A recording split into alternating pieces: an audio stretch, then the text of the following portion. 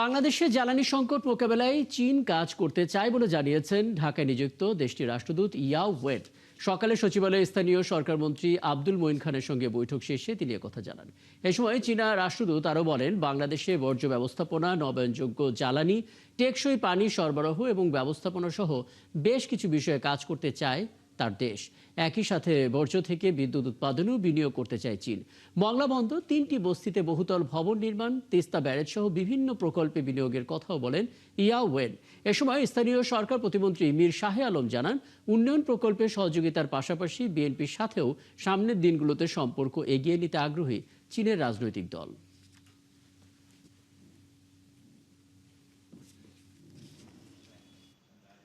নবায়নযোগ্য জ্বালানি যেটা West two এনার্জির বাহিরেও তারা আমাদের সাথে সৌর বিদ্যুৎ, আমাদের যেহেতু একদম প্রাতিষ্ঠানিক রূপ রয়েছে একদম মাঠ পর্যায় পর্যন্ত, ইউনিয়ন পরিষদ, উপজেলা পরিষদ, হাট বাজার, গ্রামীণ হাট বাজার, এরপর পৌরসভা, সিটি কর্পোরেশন, এই জায়গাগুলোর রূপটপে আমরা সোলারের মাধ্যমে যাতে সৌর বিদ্যুৎ উৎপাদন করতে পারি সে ব্যাপারেও তারা সহায়তা করবে।